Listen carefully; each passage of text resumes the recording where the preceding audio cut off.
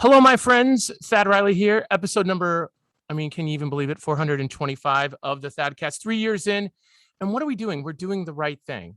It's exactly what we're doing today. We are starting the Overcomer series, my friends. And this is going to be this new thing. Everybody, I used to have these teachers and they'd be like, could you not use the word thing? And so when you're writing too, you're supposed to use other words other than, this is a new thing. I'm telling you right now, I'm embracing the word. What we are doing is bringing encouragement. We're bringing hope. We are bringing fire into your lives. And we're talking about the obstacles everyone faces in their lives, and they're different from everybody. But we can always learn from other people's experiences, even if they're not quite uniquely our own. You know, as a cycling instructor, the person who influenced me the most as a cycling instructor is a Zumba teacher. How does that happen? It happens because that's how life works. And if we open our eyes and our ears and we're willing to learn and to grow, then we will be empowered to live a more full life. So today, my friends, Lois and Laramy Gregory from a town I can't pronounce in Tennessee, in the middle of Tennessee, are joining us today. And my intro question for them is as simply as this. What are some things, Lois and Laramy, that people believe about Tennessee that isn't true, or about living in Tennessee that isn't really true? I would say that people think that we are barefoot and that we drive Model T trucks and cars around town. And that's simply not the case. We have modern transportation and shoes. And I would add that we have teeth. And we have teeth. Not everybody, but most of us have our teeth. Most of you. And just for the record, I have problems in my house because my kids don't want to wear shoes outside all the time. And that's New Hampshire. So there you go.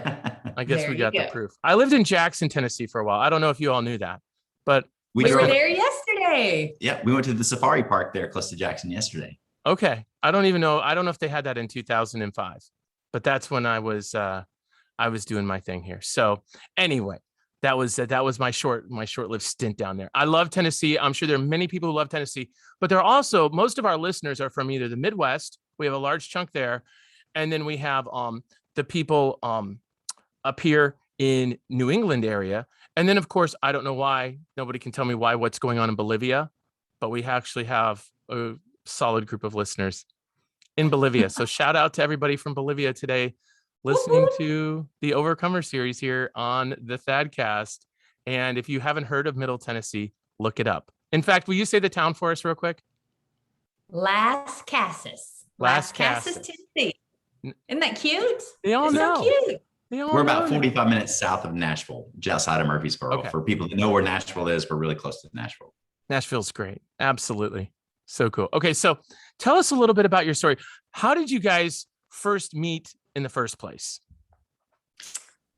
Yeah, take it away, babe. Okay, so my story, we both had different stories about when we started dating, but I'm going to tell you the story of when I fell in love. Okay, so we had a mutual friend that she knew through college, I knew through growing up, and we were coming back from a snowboarding trip and called my buddy. I said, hey, what are you doing? He said, I'm at the movie theater. I said, well, we're bored. We're just getting into town. We'll meet you there and we'll watch, the movie. And I walk in and he's sitting next to Lois, and instantly, I was like, I am going to marry her. She is beautiful. I love her. It was love at first sight for me. So we sat down and we just connected and talked. And so I'm here, my buddy's here, she's here. And we're jawing back and forth the whole time where my buddy's just kind of like this. But I truly, when you hear the love at first sight, I was like, I love her. I'm going to marry this girl. This is who I'm going to marry. So it was pretty fast. I will agree. So we've been married for 15 years and I am an activator. So soon after we got married, I knew, we both knew. And so it was as a teacher, you have very limited windows, pockets of time that you can plan something like that. So we got into action and he actually proposed at the place where we were taste testing for our rehearsal dinner. So all the plans were in place. It was just the ring that was missing. So it was really sweet, though, that all of our families, both his and mine, got to be there and witness it and all said emotions. But let's pause for a second and talk about rings for a minute. Where's your ring, babe? Well, So we are like most couples that we have transitioned to these little silicone rings. Right. And so whenever you take a shower or whatever, they slip off. Hers is actually in the shower. It is I saw in the it this shower morning. because I was cleaning. But So I'm so afraid that you're going to actually lose your wedding rings nowadays, that we've switched to these. And then when you work out, it doesn't eat away at the gold and everything on the ring. So just go ahead and get that out of there. When people see our hands moving around and you see the ring missing, that's where it's at. Okay. We're a very progressive society. We just kind of go with it. And all that. We have not done that. So the silicone rings are a win. Best. Yeah. I just take mine off when I go lift. Yeah. That knurling on a bar was like, it was eating into the ring and causing all kinds of divots and stuff. And so I switched to one of these, and actually I lost one of them surfing and everything. So I've lost several of these that would have been my real ring had it been the ring. So anytime that I know I'm going to be active or something like that, I usually always wear this. My real one I keep in a box, and when we go out someplace fancy, I'll put it on twice a year. Well, it looks like I just found a sponsor for this episode of the Thadcast. So I'll be contacting silicone ring companies and see who wants dibs. And there you go. It's awesome. So the Overcomer series is so much about the obstacles that we face in life. So I'd love for the listeners today, for all of our Thadcast family out there, to hear a little bit of your story about an obstacle that you faced together and what that looked like. So I'll start. So this is one of the areas when we first got married. My goal was initially to go into federal law enforcement. And so I was a police officer early on. I'd gone through undergraduate school, graduate school, and my goal was to get hired on at some level and go into federal law enforcement. And it's incredibly hard to break into that. Just it's a giant bureaucracy, and no matter who you're applying for, it was really tough. But at that time, that's what we saw as far as a path to success, to get our family to experiences that we wanted to live through, income level that we wanted to achieve given my education and what field I wanted to go into. And probably the biggest obstacle early on was just getting no's and being finding a home in local law enforcement and trying to make things work as far as how we wanted to live our life out with the salary limitations and mobility limitations that were there. That's probably the first thing that we worked through, because I was working nights. That was incredibly difficult on a marriage, especially young married couple. 4 nights out of the week I'm gone, 3 nights a week I'm there, but then that first day I'm really trying to sleep and everything else. So yeah, working night shift and working in local law enforcement, the first 8 years of our marriage, adding kids and everything else into that was probably one of the first things that we worked through struggle wise, trying to overcome. Yeah. So shout out to all of our law enforcement families. And that's hard. It's really hard. And not to mention the stress of just what the job entails, but also being a single parent by default. So he's absolutely right. Rejection's just not fun. Like any way you dice it, yes, we can learn from it and we can grow through it, but that's hard. That's hard when you feel qualified to keep having the doors shut in your face. But I would say as a couple, Thad, the biggest obstacle that we have overcome was about 2 years ago. We actually left law enforcement and I was a teacher, to pursue being full-time entrepreneurs and, just have that bug about us where we just had the desire to be our own boss. And so we pursued that. So definitely overcoming the opinions of others when they're like, you're leaving your stable job to do what? But 2 years ago, the company that we were working for, which was our primary source of income, just completely restructured on a 5-minute Zoom. And just like that, 99% of our income was gone. And the house that you see behind us, we were closing on this house the day after we found out. So it was like, oh my goodness. So when people say you really didn't see it coming, I'm like, do you think we would have bought a new house? Like if we had known that was coming. So to have your just completely rattled in so many ways. Like I remember laying on an air mattress, like we found out, and it was just like, because we hadn't moved everything in yet. I mean, just everything that starts swirling through your mind of what's going to happen and what are you going to do. It was really scary. And were you guys together when you found out in the same room? No, actually, no. I was actually at the house we were moving from doing a webinar, a ladies webinar, and he was blowing up my phone. And I thought, what are you doing? Like, I'm on a webinar back at the other house that had Wi-Fi. Yeah. And so when I called him, he kind of dropped the bomb. He was like, get here. I need to tell you something. Like, you can't tell me that. Like, I need to know now. I can't drive with that kind of anticipation. Right. And complete denial. Like, no, absolutely not. Absolutely not. That's not going to happen. And yeah, it happened. What made it so hard is we thought that we were in a position that was very different than a lot of other corporate stories that you hear of people losing their job overnight and having to shuffle and quickly pivot to different opportunities. We thought, we would never experience that. It was a family-owned company that we were with, and just afterwards, just feeling all the emotions of, betrayal, I think was the biggest one, but betrayal, and then doubt, and and also wondering what happened, mistrust on different things that you're hearing about what actually happened and the motivations for doing things. So and you're all that's going through as you're plotting out your next steps for what you're going to do to support your family. So that was it. That's been 2 years ago, and honestly, it was probably a good solid year and a half, if not more, of having that affect us. So that was probably the largest thing that and there's our daughter behind us. She just woke up.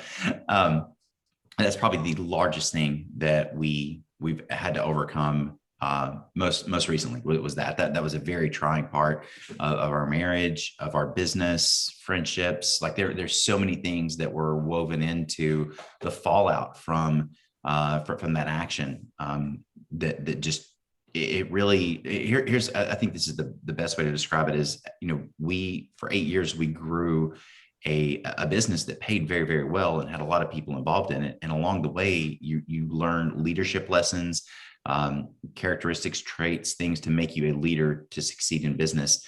And that really was like, the refiner's fire, because it's easy to be a leader when all the mechanics of a business, an economy, products, everything is going your way. It's very easy to rise in leadership when everything's going your way. But whenever the tide turns and you're swimming against the current, that really reveals, are those leadership lessons that you've been reading on, are you just regurgitating what you're reading, or have you lived through those lessons and you're not gold plated, you're 24 karat, like you're solid through and through. And so, interacting with others, plotting our next steps, moving forward in a business, all those things, really lots of lessons that we learned through that. So I have a question for you, and I want to kind of lay a little groundwork on it. Years ago, I think it was the year 2000, I worked for the Gap as a manager. Talk about a bad fit. And one day a man came in, and one of the reps said, hey, he's got a gold lined Disney bag. And the gold lined bags were so shoplifters could use them and get past the detectors. So they're actually illegal. They're a felony if you get caught with one. And so he had about almost $1,000 worth of Gap fashion in this bag, and he took off. And this is, by the way, when I used to weigh about 400 pounds. I was probably about my heaviest at this point. I decided the best thing to do was to chase him. And there I am chasing away. And he ended up dropping the bag. And I didn't have a heart attack, which would have seemed more likely than anything else. And I recovered the bag. The next day, my boss came in and I was fired because I had just signed a paper a week before saying all the loss prevention, all the security. Laramy, as an officer, former officer, is nodding his head. You just don't chase shoplifters because of liability on you, the company, people around you, all that good stuff. And I remember sitting there thinking, this is like the most horrible thing. I was making the big 46. It was supporting my family, which lived in a tiny apartment. And it was just like, holy cow, I don't have anything. And I remember walking out, and the overwhelming theme looking back 21 years ago was shame. I felt a colossal amount of shame. There are so many people in our world today that cannot do anything with the shame that they feel when a business goes under, whether or not they were trying to do good the whole time, and whether or not it was taken out of their hands completely and somebody else wrecked it, or maybe they had tried to do something good and it just totally backfired. And I think as providers, and in this world today, it's not like it was 100 years ago. Both spouses are in the game. Almost every family you look at 100 years ago, that was the father's burden, but our culture is different today. It just is. So I wasn't planning on talking about shame, but I hear this like idea of how I would relate to what you had went through. And I wonder what you guys might have to say about that. Maybe not even personal, but for people who experience that type of feeling. Oh, absolutely. And so, our world has been, very much kind of in a sweet little Southern bubble. So it really was the first really hard thing that we had encountered as a couple together on a very public platform. And so what was so devastating for me, Thad, was how many people were delighting in our fall, if that makes sense. Yeah. And I can't imagine, and that chokes me up, even talking about it today, like ever commenting on Facebook, let me grab my popcorn and watch this unfold as you're seeing a couple go through a really hard thing. And so for me, like Laramy went into immediate action mode, protect the family, mapping out the next steps. I mean, I just crumbled, like literally my heart was broken and I couldn't think, I couldn't move, I couldn't function, I couldn't anything. And, so my tendency is to, like, I'm a fixer. I think a lot of us women are like, I'll just work over it and it'll get better if I just can get into action.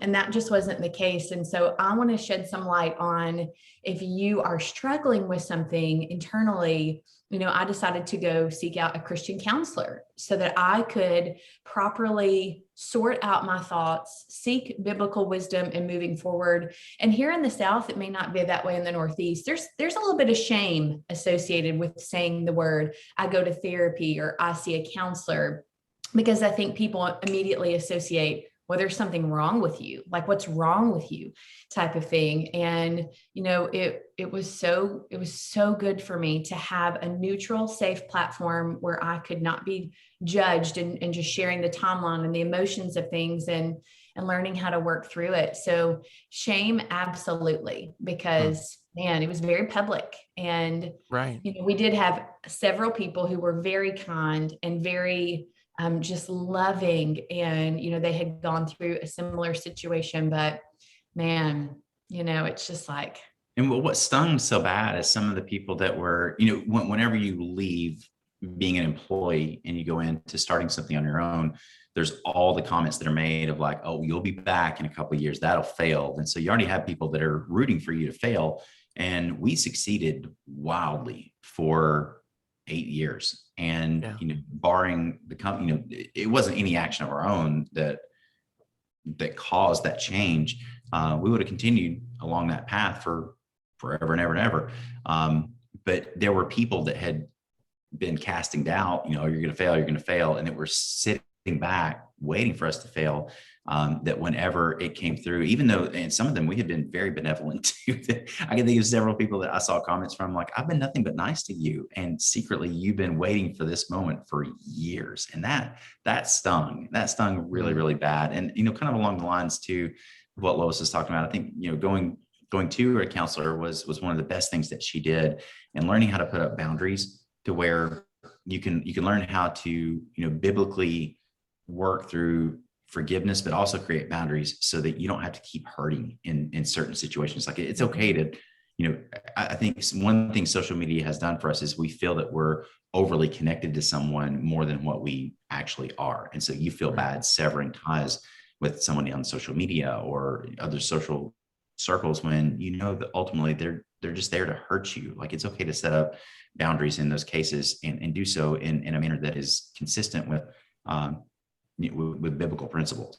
and work through that. Like you can be nice, you can be pleasant, but you're not you don't have to let someone in your space if you know ultimately there's hurt that's going to be there. That right there was enough material for 7 podcasts. I can tell you that right now. We talked about boundaries. We talked about therapists. All my listeners know I've seen in my life 3 different clinical psychologists, all of them Christian. And the last one I spent 18 months with, and it was like the movie Good Will Hunting.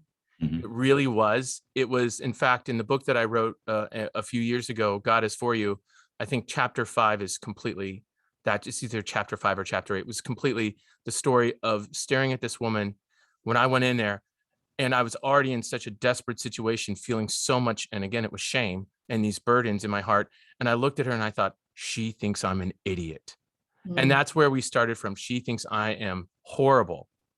And 18 months later, we gave a hug goodbye, and she wished me well as I was moving to New Hampshire to marry Melanie. And she had seen me through all this. And I'm like, this is really like Matt Damon's getting in the car, driving away with much less language, by the way, much less bad language. Did not say that, did not get in fights with people, not arrested or anything, but driving away in the car with the kids to New Hampshire to start my new life.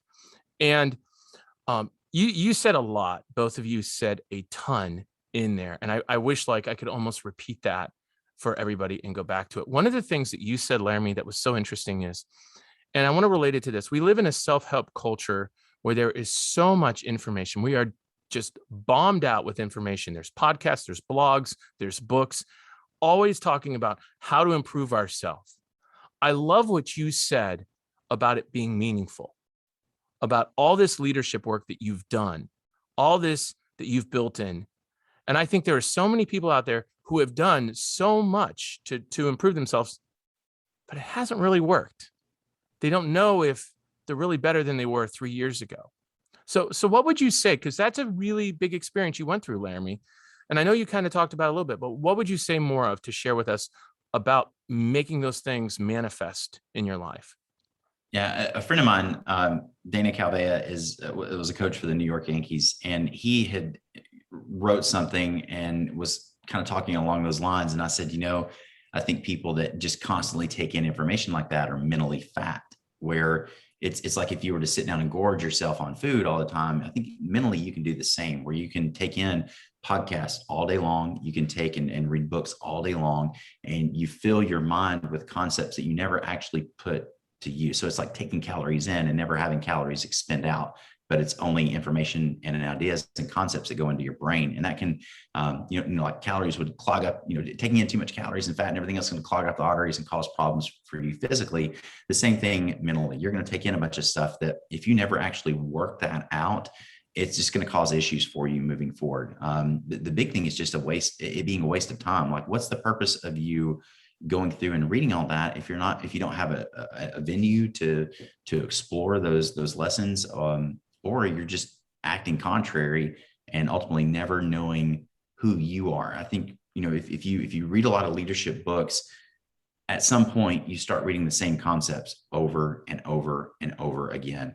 And a lot of people they become very successful because they're a great speaker, and they've never actually lived through those lessons. They're just regurgitating material they found in a book, and they're turning around and they're broadcasting that out. And they're a great speaker, but they've never been tried by some of those circumstances. So my caution would be for people that are reading through material like that is make sure that you are reading from someone that is real experience, not a fake teacher, not just a great speaker. The experiences that are laid out in the book, or the talk that you're going to listen to, that person actually has value, that they can say, you're going to walk through this. I walked through this, and this is what I saw. I think there's huge value there because, I remember when we were laying right over here behind this wall on the air mattress, and, that first night when we found out that we were losing our income, our prayer as we were praying, my prayer was, God, let us lead well in front of our kids, because we knew we were getting ready to go through a very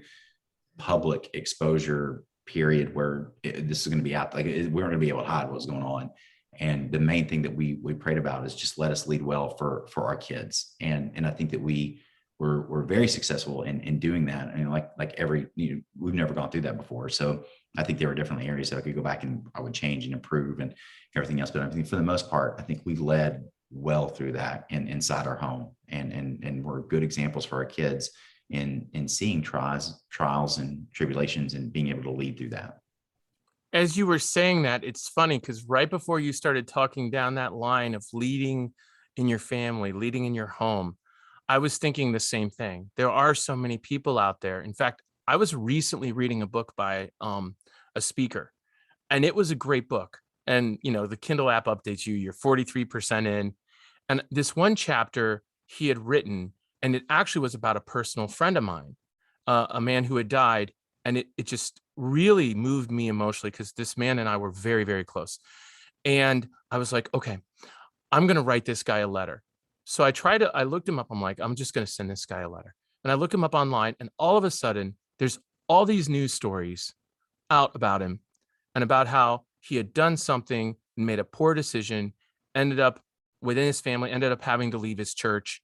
And it was just a bad judgment call. It wasn't adultery like we hear of so many times or something along those lines. He simply did not lead well his church family and did not lead well within his own family. And I sat there looking at that, and I thought 43% of a book. Now, then I get into this thing in my head, this paradox of, am I not going to finish this book now? And I ended up actually like, I can't do this. Like, he's preaching to me and he didn't lead in his home well. And I don't know if I can do this right now with another example of somebody who didn't do what you just talked about, Laramy, which was lead in your home. And that matters. That matters in our world today more than it does. And I think about this all the time with the kids that I have, my 3 insanely energetic stepsons and my other 3 wild children, how I have to lead well here before I can lead well out there. I can't be compassionate out there if I'm not compassionate in here. And so you connecting that and saying, I'm telling you, this is like 18 podcasts at this point. I'm talking about that is so important. So I want to divert back to Lois because I have a question. Earlier, I'm trying to think of the word that you used about, what was the terminology you used about being a person of action? Let's go. An activator. Activator. Okay. So in your moment, Laramy is thinking about leading well, and you're like not in activator mode. It's like the fetal position and kind of like Full taking on. this all Yes. in. So how do we go from Lois the activator to Lois the non-activator and back to, and from knowing you on social media, Lois, definitely Lois the activator today. Holy cow. I mean, Laramy can feel me on this one. It's like everybody who knows you, Lois, is like, she's got some energy. There's something coming at you. Holy guacamole. So share with us this massive transition for you emotionally and in your life. Sure. Well, and I remember saying to myself, like, Lois, it's okay to have a moment to grieve. Like, I think that, is also hard for people that are very much go mode. Like when something happens, to give yourself time to feel and to process. But here's ultimately, what I was asking myself is, all these years of personal development and leadership, do you believe what you believe? Did you just believe it when it was convenient and was easy? And is that what you believe now when things have just been ripped to shreds? And, and I truly believe that your action is a window into your character. And so I want people to know that just because we have been shaken, it doesn't mean that we don't believe in those things. And so that was really important for me to make sure that we were leading very much with principle in our home, in the way that we carried ourselves, the way we conducted ourselves on social media, that yes, those are things that I do believe. Because I won't lie, I remember sitting on this back porch talking to my brother, who's just the quintessential Tennessee country man. We are very different, but he and I are very close, and he is just an incredible, incredible man and worked so hard, but he never really understood quite what we did. Like, he kind of thought I was a motivational speaker. And I'm like, okay. But I remember talking to him and just being so angry at the circumstance, because it wasn't even about what this meant for our family. Like we, had wheels in motion to take care of his parents, to take care of my parents. And those things take money, right? And so that plan was obviously shattered. And even add to that, even other leaders that had said yes to us, that had built the same thing we were experiencing for their family. It didn't just affect us. It affected many people that said yes because they trusted us. Yeah. And so I remember thinking, I'm not going down this path again. I'm going to go back to a career. I'll go back to teaching, and I'm not going to ever put myself in a vulnerable position like this again. And of all the people to like take my heart and shake it and rattle it, my brother was like, what are you talking about? That's ridiculous. If you had known 8 years ago when you started that this was going to happen, you still would have done it to experience and to have the growth and to have all of those intangible things. You still would have done it. And this is what you're born to do. And it was like, it was that Braveheart moment of like, yes, let's go. But it was interesting that it came from someone that I'm very close to, but someone who was not in that circle of business that really understood what we did. So it was like, hey, my actions are a window into my character, and this is what I believe. And so I'm going to walk it out, even when it's hard.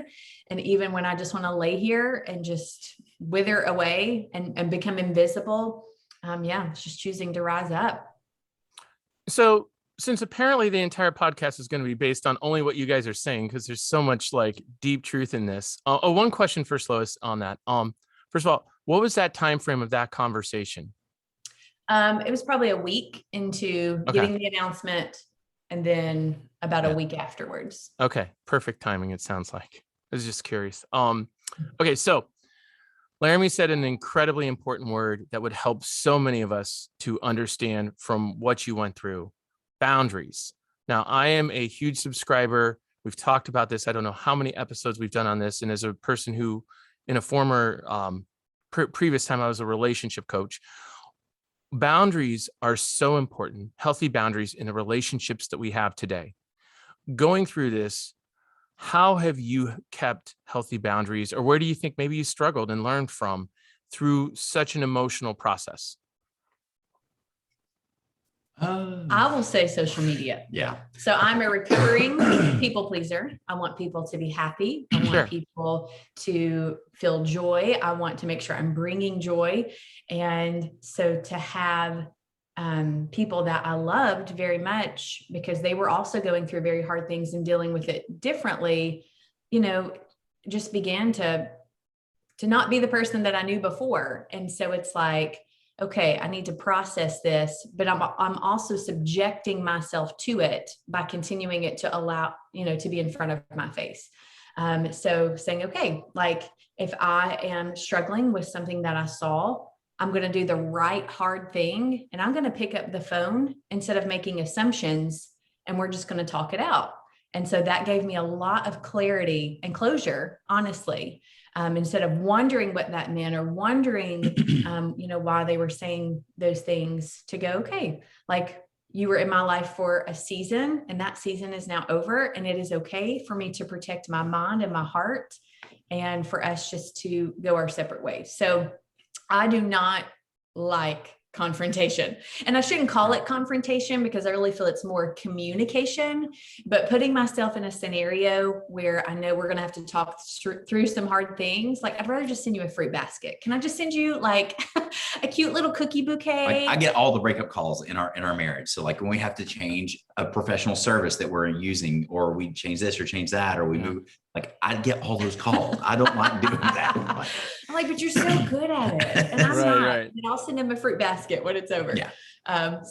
So boundaries in that way were really key for me. And something I distinctly remember, like almost celebrating with my counselor, because that was her whole avenue, was learning how to advocate for myself in a respectful Christian manner, that I don't have to be a doormat to people, and I don't have to allow those things. A lot of what was happening, I was allowing it to happen to me. So hope that sheds some light. Yeah. How about you, Laramy? I was just going to take her answer and go with it, because it's much more eloquent than than anything that I would say. I'm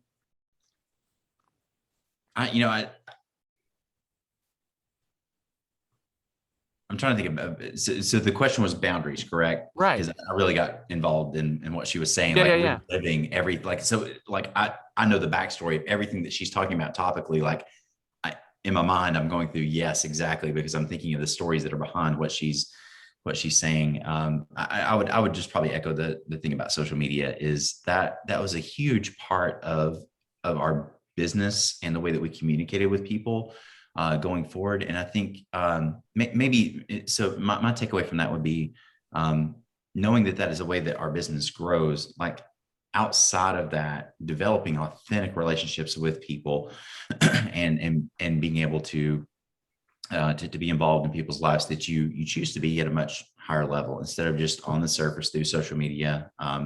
It's so easy. I was talking to some friends this week and, being able to relate to things that they had lived through because I'd seen it on social media, but actually hearing that person talk about the issues that they were dealing with was a totally different thing. It's one thing to be informed. It's another thing to be empathetic about what one of your friends is going through. So I think that would be one of the biggest things is there's a way that you can stay informed over here through things that you see on social media, and you can actually use it to grow a business and earn income and do lots of different things. But then there is the heart connection that you need to have with people that social media will never replace. Like you need to be connected with people at a heart level. And that's even with our son, like seeing him communicate with people on Xbox that he's playing. His buddies, they all get together and they play games on Xbox. And, we're really trying to encourage him, like you need to have one-on-one conversations with people, not just this group chat. Like we understand the community that you have, but you need to develop deeper friendships, like go and hang out with this person, pick up the phone and talk to them one-on-one, not just through, some kind of communal app. There's so much space for miscommunication on social media. Mm-hmm. There's so much opportunity for negative things to happen. One of the things that I think about with boundaries is there's a lot of times we'll see almost a semblance of guilt put on followers of Jesus to just take whatever blows are coming, to just accept what people say, to kind of nod our head and say, okay, yeah, sure. And to just keep taking these beatings. And it is absolutely not what Jesus did. He did not approach the Pharisees. They were the ones always chasing him down. The people who wanted to go off on Jesus, that wanted to provoke him, they were following him. He was working on approaching widows and orphans and spending time with his disciples. He would go off in the mountains. And so many times I think as a follower of Jesus, we have this like dome that's put around us of to just, well, this is just what we do. We take the blows. And I don't think that is helpful for anyone emotionally, psychologically to be our best. Being a parent as you guys are today, being married, being in relationships today, it's a whole new world. And I think a lot of times when people, especially when there's narcissistic or toxic overtones within a relationship, if we don't have good boundaries, they're going to take away from the parts of our life that we want to be able to invest in. Instead, did I get a good night of sleep? No, I'm thinking about this person who sent me this horrible message or who said this thing, and I haven't gotten over it, and I'm going to get them. Or you get TMJ for suppressing your stress, and then it starts to come out in your sleep. Yes. So yes, I can relate to that for sure. Yeah. And it hit me probably the most during COVID. And I actually would wake up and I would tell Melanie, I'd be like, why am I grinding my teeth? And she goes, probably because you're on school board. I'm like, oh, okay, well, that would make sense. But I started like going like this and grinding my teeth away. And it was a clown show. And I was like, I'm done with this. I'm figuring this out. I need to really have healthy boundaries with people. And I can't give to you and the kids the way that I need to and my friends when I'm so distracted by all of this mess and other people's mess. And we're not going to fix folks. Jesus does that. That's not our job. So yeah, I love the conversation around boundaries when we're facing these types of obstacles. All right. So we've covered so much. I can't even tell you, but I want you maybe to we'll spend the last part here talking about some advice for folks right now who are going through, people going through, we talked about shame, people who are going through a loss, or they're looking at an obstacle in front of them and they're saying, this ain't going to happen. Whatever this is, I'm done. Like, this is not going to work out. This is too big. I've never encountered anything like this. I'm overwhelmed. They may feel afraid. They may feel the shame thing. What would you say to those folks right now who are facing an obstacle that they don't see much hope with? So I'll start and say that, 2 years ago to be where we are now, and then we work with a different company. We've purchased several different properties. Like we have moved on financially from where we were. Like, we have businesses that we're invested in, and I can look back and say, at that time, I wouldn't have thought that any of that would have been possible when your life is crumbling and falling apart. And to take this back to law enforcement, neither one of us were ever near the point of suicide, but that was something that I know a lot of people, that is something they contemplate when there is a major, major shift in their life. And talking to people that were, contemplating suicide, we'd have to take them to mental health evaluations, or, one of the worst calls that I ever answered was the guy that did commit suicide. And seeing someone take a permanent action to a temporary set of problems is just, it's heartbreaking. And even though it may consume you, whatever you're dealing with may consume you, and you may think there is no way to ever move past this, time heals. If you are a believer, Christ heals. There is redemption on the other side. And so my encouragement for you would be not to focus so much on all the decisions that you're having to make, but focus on who is reflected in those decisions. And if you focus on that, and that's the way that you're living your life, and ultimately you're doing as right as you understand to do as a believer in different decisions that you're having to make, things will work out in the end. It may not always be the path to success that you wanted, or whatever else, but it will be a path that will bring you back closer to God, and that will ultimately lead to some form of redemption, whether it's a closer relationship with Him, a closer relationship with your family, a set of friends that can build you up and ministry to you, giving you another ministry to participate in. And ultimately, if you're making those decisions with Christ in mind, you are going to glorify Him. And that is ultimately what our purpose here on earth is to bring glory to Christ through one form or the other. Either through being able, ultimately in eternity, it is bring glory to Him, celebrating around the throne, or the other side of that is, for those that are not believers, there's eternal punishment there for people like that. And that is a hard lesson in Christianity, is ultimately that punishment being fleshed out is glorifying to God, because evil is punished in that circumstance, for eternity. And our job is to communicate the love of Christ and bring, save as many, snatch as many from the fire as we can through our life experiences and things that we go through, and ultimately pointing people to Christ. And I would say for me, a very, obviously the best thing that came out of all of that trial and tribulation was, I just distinctly remember crying out to the Lord, show me what I'm supposed to learn going through this. And it wasn't about external things that I needed to learn. It was about my heart, and that how I had allowed that business to be an idol in my life. And, I think there are a lot of people that suffer from what I call good girl syndrome. We don't murder. We're not over here having affairs. We're not, robbing stores. So we feel like we're good girls, right? And even though I know that is not what leads to salvation, is my works, still there's this little pat on the back of you work hard, you're a good person kind of thing. And so when that was stripped, not just oh, I'll dust a little of your idol off, the idol was knocked over, shattered, and removed, that my heart was exposed.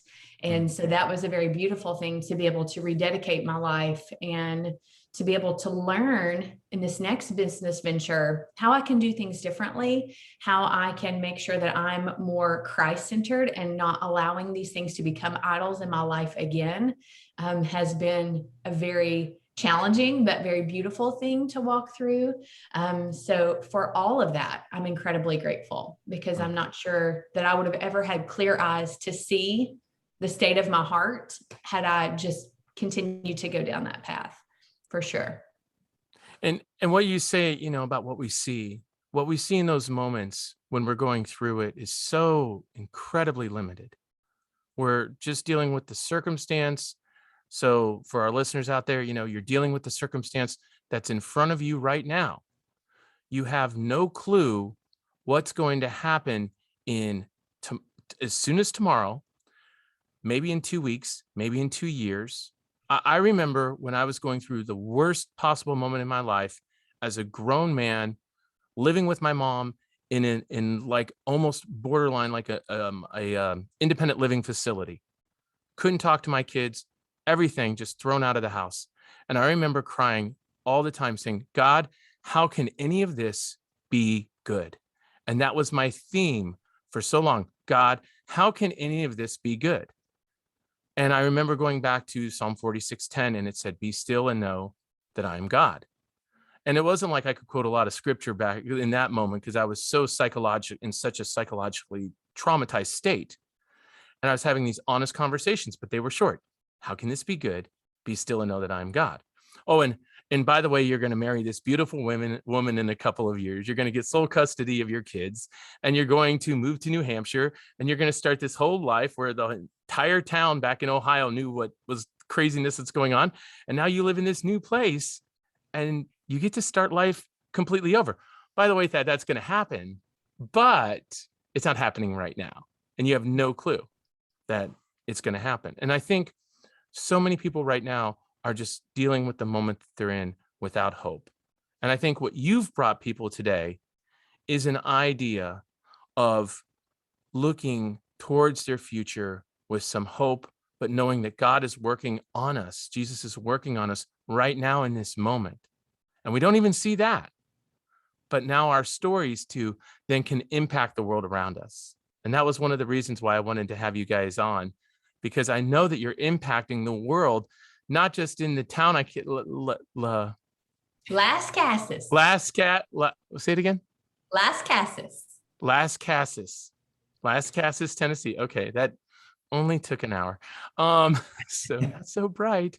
Las Casas, Tennessee, but truly all over the country. You are connected with so many people. So in closing, I will say this: the company that actually, and this is how I know Laramy and Lois, is through our company, ID Life.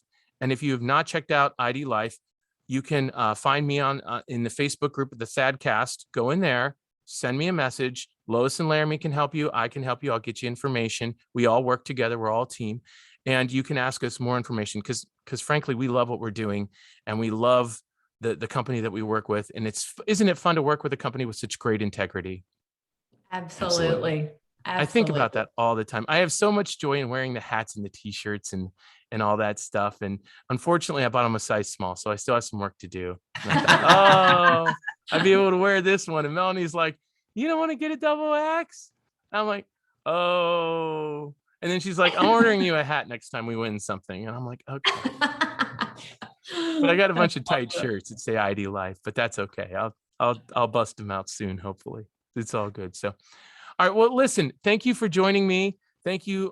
I know my listeners are so grateful to hear your story today. It's been so impactful. I feel like you guys should go write a book now on this, because you gave so many good lessons in all of this today for us today. It's been hugely impactful for all of our listeners. If you have more questions, if you want to chat about this, of course, go to the Thadcast page on Facebook, and you can ask us anything, and I'll link Lois and Laramy in there. If you ask them questions, they'll get them too. So, all right. Well, as we always say here, thank you again for joining us on episode number 425 and number 1 of the series of Overcomers.